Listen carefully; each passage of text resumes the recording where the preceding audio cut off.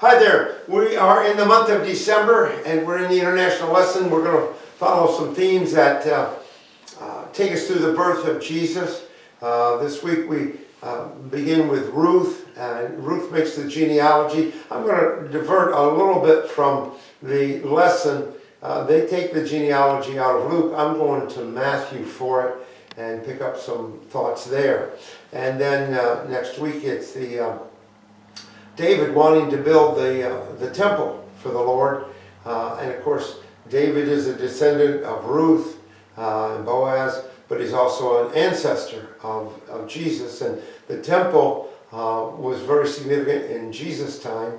And so we'll look at that. And then we're looking at the story, the birth of Jesus. And then we'll follow some other scriptures that kind of tie into it a little bit stretching at times, but it would be these four themes that relate to the birth of Jesus during the month of December. So we're on the one of the genealogy, and particularly from the book of Ruth. Now, if you remember, Ruth begins the book by saying this: in the days when the judges ruled, there was a famine in the land, and a certain man of Bethlehem in Judah went to live in the country of Moab, he and his wife and 2 sons. The name of the man was Elimelech, and the name of his wife Naomi. Now you've probably forgotten Elimelech, which really means my God is king.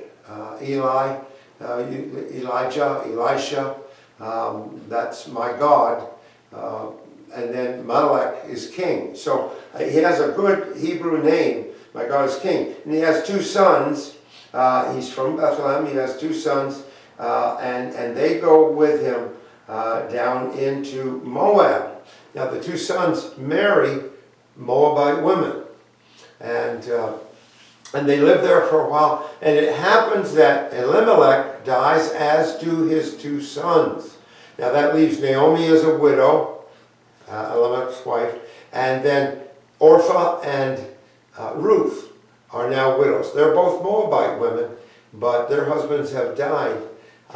Naomi decides to go back to Israel, to Judah, to the city of Bethlehem. She's of that family, or her husband was of that family in particular. And as you read the book of Ruth, which follows on Judges, Naomi says to her daughters-in-law, you go find other husbands. I can't produce sons for you to marry and have children by. Well, they both weep and say, no, we'll go with you. But she says, no, you go. So Orpah does go back. We don't hear of her again, although it's a name that's used from time to time still. But more people are named Ruth than are named Orpah. And in any event, Ruth says, I'm going back with you. And she does. And she goes back. And that story unfolds with her going to the field as a gleaner. And sometimes you may have seen pictures of Ruth gleaning. Now that's the people that were poor and they didn't own land. Now Elimelech owned land, but Naomi couldn't inherit it because women could not inherit the land. And so the family's going to lose the land if there's not a marriage and some male to inherit the land. Well, it ends up Boaz, who's a wealthy man. Ruth is gleaning from his fields. They're taking the extra corners that weren't harvested, because the Old Testament said you don't harvest the corners of the field. You leave them for the poor. And so Ruth is there gleaning. Well, Boaz sees her. He's struck by her beauty as well as by her faithfulness. And he inquires and finds out that this is Elimelech's daughter-in-law, and now is back here with Naomi. And so he gives instructions. It says, leave a little bit extra wherever Ruth is gathering. And Ruth takes home this abundance of grain, and Naomi says, how'd you get all this? And she said, well, I just was fortunate. Where I was gathering, they seemed to leave more grain. Well, Naomi's not a dumb person. She's figuring this out. She says, Boaz has got his eyes on you. And she said, you go back there and you glean wherever he says. And then she says, at nighttime, I want you to go down back into the field, and I want you to lay at his feet. And if he wakes in the middle of the night, he'll ask who you are and why are you laying at his feet, and you will tell him.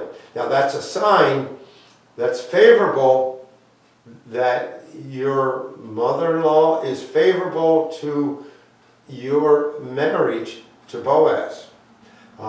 So it's a strange way of courting, isn't it? We wouldn't necessarily sleep at somebody's feet to tell them that we think they're a wonderful person. But that was the custom of the time. So it ends up that Boaz does marry Ruth. They take possession of the land, and there's a complicated thing because it's called redeeming the kinsman. I'm not going to go into that detail. But what happens is that Ruth becomes an ancestor of David. Now we're going to pick up on that in just a few moments here. Genealogies are important. We have companies that look up who you are and find out who the heroes are in your family tree, and also find out who the heels are in your family tree. And almost all of us have a horse thief someplace back in the line, as well as somebody who did good, whether accidentally or on purpose. But we like to study our genealogies, and I know that my dad had a book of genealogies that take us all the way back to England through William Brewster at the Plymouth colony, and his name was in that book. Now, our names, my name and my brother's names are not in the book, but we come through one of the sons of William Brewster, whose name was Anson. He had a number of sons. Wrestling and Love are probably the two most famous. Strange names to give your sons, Wrestling and Love. But they were that, and he had some other children as well. He had a daughter, Diana.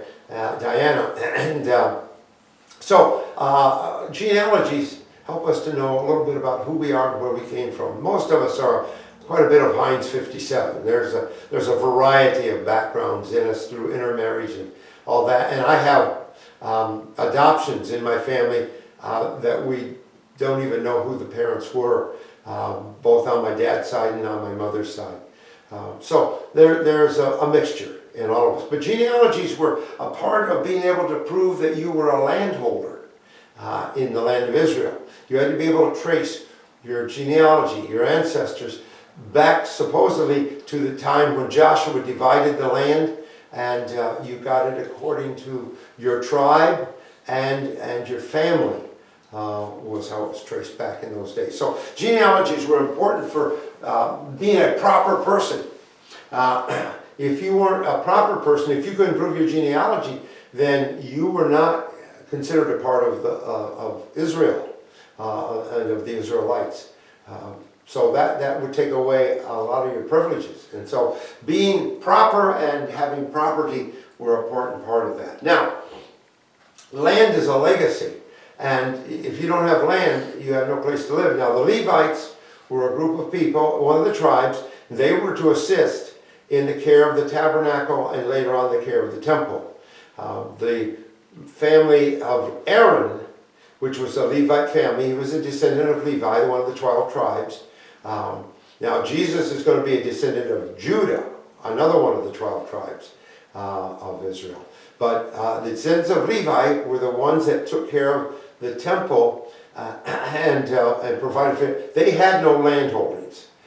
They had cities that they were given in each of the areas of the 12 tribes so that they would be able to minister to people in all of the 12 areas, or the 11 areas really, the 12th area being their own territory. Now, they could work land, and they did. They had groves, but they rented the land. They didn't own it. And so that was it. But they had to spend a month. There's 12 tribes theoretically. So they had to spend a month in Jerusalem when David took it over and made it the capital city and set the tabernacle there because they had a month. Each group had a month that they served in the area of the tabernacle. So that was part of it. Now, what's interesting is when we get to the genealogy, whether it's in Luke or in Matthew, they don't list Malon. Mahlon is the deceased husband of Ruth, the son of Elimelech. Okay? Now, in the days, if you didn't have children, and Ruth had no children by Mahlon before he died, then there was a brother that was supposed to bear children in the name of his deceased brother, or a kinsman who would redeem the person and bear children in the name. But if you go to each of the genealogies, it doesn't say Mahlon, the son of Elimelech. It says Boaz, the son of, and it's his father that's listed in the thing. Now, yes, they're going to be of the tribe of Judah because they're the same family and tribe. But they don't trace it through Mahlon, they trace it through Boaz. Now, if you ask me why, I can't tell you. All right? I don't know, because theoretically, it should be through Mahlon, because the child carries the name of the deceased father, not of the biological father. And so that's a part of it. So I don't know why, but that's why. So that's part of it. But it's landholding. It redeems the land and makes it stay in the family. Now, the question of it is, why did Elimelech go down into Moab to begin with?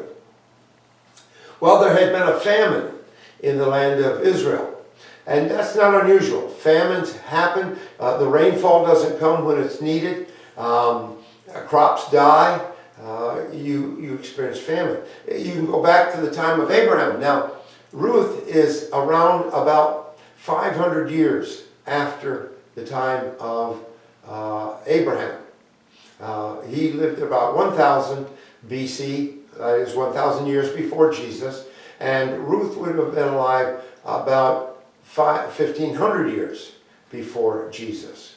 And then David's going to become king about 1000 years. So every 500 years we have a significant change happening both in the Old Testament and in the era of the church. And we'll talk about that at another time. But in any event, Abraham in his time went down to Egypt because there was a famine.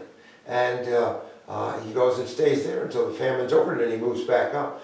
His grandson, Jacob, is involved in going down because there's a famine again in his lifetime. Now, his son Joseph at this time is already in Egypt because his brothers sold him as a slave to Midianites, and they sold him to Potiphar, who used him as a slave and then threw him in jail. And he came out of the jail because of his ability to interpret dreams and was made second in command of Egypt under Pharaoh. Jacob sends his sons down to Egypt to get food because there's a famine. So that kind of thing happens in the Old Testament. We find famines and pestilence and difficulties time and time again.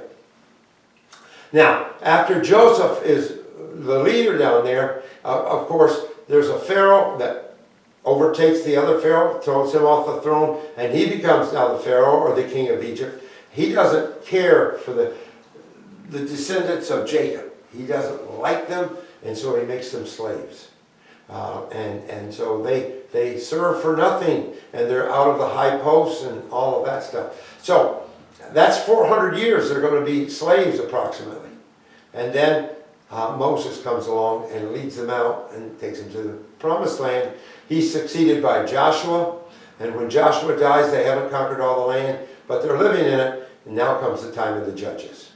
All right, and that's in the book of Judges. And the last of the judges will be Samuel, who is also a priest and a prophet in that. Now, they go down for a famine. Moab is not one of the allies of the Hebrew people.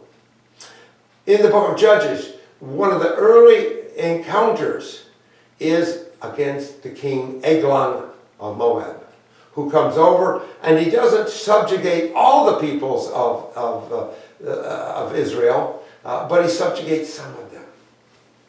And so he's the enemy. And God will raise up Ehud, who will be a judge and drive out, or well, he won't drive out, but he'll kill King Eglon. He's a left-handed person. So when he goes to see the king, he has a knife over on his right side.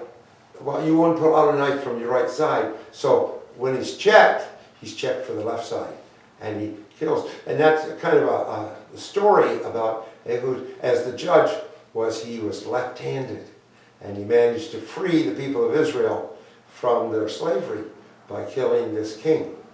Well, that just sets a stage for saying, okay, now Elimelech goes down to Moab because they got food. His sons marry Moabite women.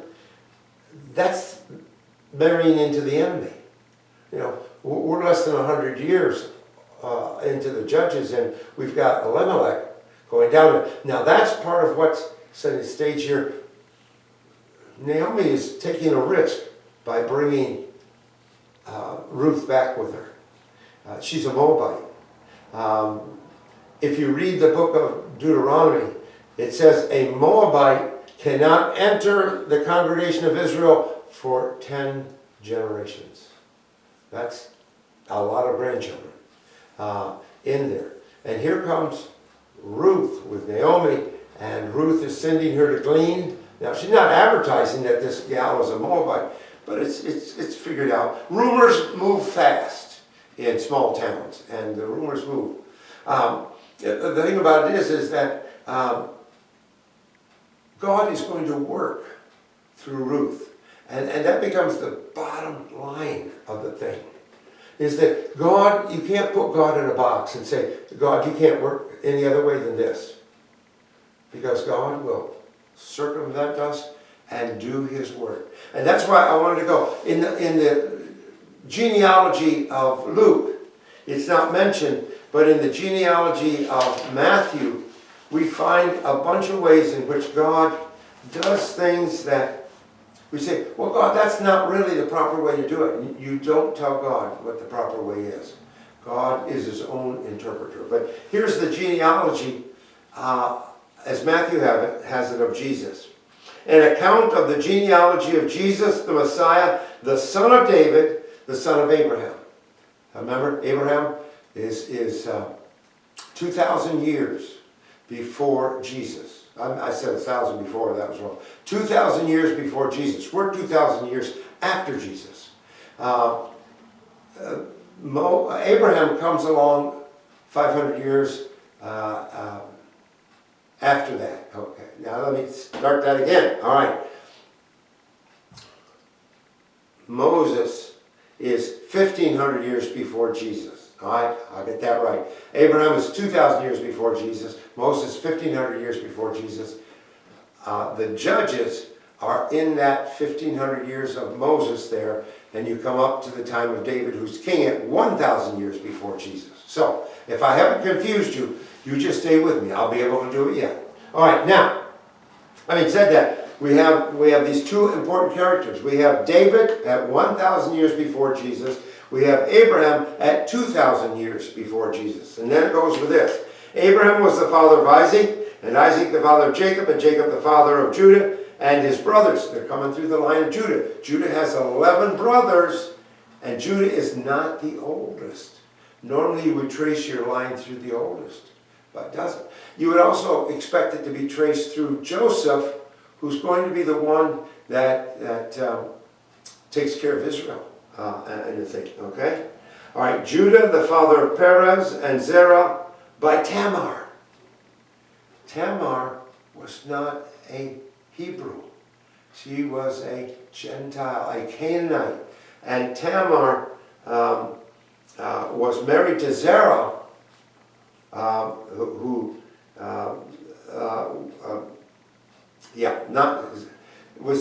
married to Zerah, who didn't have children with her.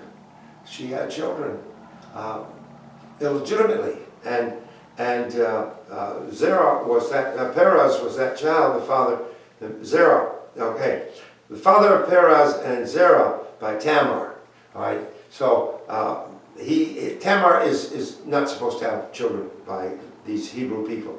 All right, that's one name, non-Gentile. I mean, a Gentile. Perez, the father of Hezron. Hezron, the father of Aram. Aram, the father of Amminadab. Amminadab, the father of Nahshon. Nahshon, the father of Salmon. Salmon, the father of Boaz by Rahab. Rahab, you remember, was that bad woman, that prostitute in the city of Jericho, who saved and protected the spies as they came in. Okay? Now, this is probably that same Rahab because we can't prove it, but it's there, and it would fit if you had to stretch it a little bit, you would get the right Rahab. Okay? Boaz is her son. Boaz is kind of an illegitimate child, you'd have to say. But he's made money. He's an industrious person. And Boaz by Rahab, and Boaz the father of Obed by Ruth. There's Ruth in that genealogy. It doesn't mention Mahlon, because Mahlon was the man, so theoretically it should go down through the line of the father, but it goes by Ruth. And then Obed the father of Jesse, and Jesse the father of King David. Now, we aren't done with talking about women that are in this genealogy of supposed to be men. David was the father of Solomon by the wife of Uriah. Remember Uriah the Hittite. Now Uriah has a Hebrew name, so he may have been a Hittite who was adopted in to the Hebrew people, but he's still known as a Hittite. And that's a part of it. Bathsheba has a Hebrew name, but she also may have been out of the line. But here we have this woman who, while she had a husband, had an affair with David. And yet she's in the lineup of that. Now that goes on down, and you'd think Matthew, being a good Jewish scholar, would only include the men's line. And he includes the last line, he says, and Josiah the father of let me go down here farther. And Jacob the father of Joseph, the husband of Mary, of whom Jesus was born, who is called the Messiah.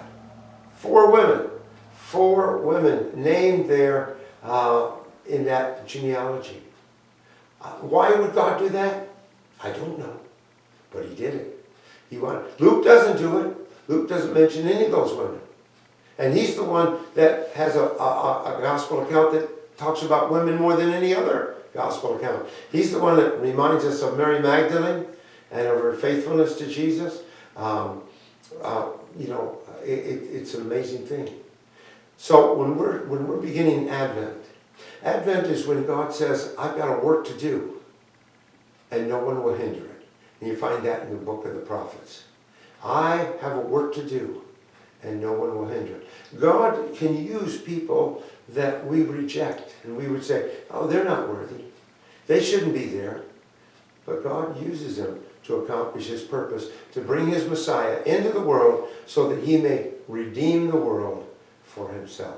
That's a wonderful message, that God is his own interpreter, and he will bring it to pass. All right, next week we'll be looking at another factor in there of how God brings things to pass as well. Let's pray. Father, thank you for this day that you've given to us. Thank you for your intention to accomplish your purposes and your willingness to do it. In Jesus' name, amen. See you next week.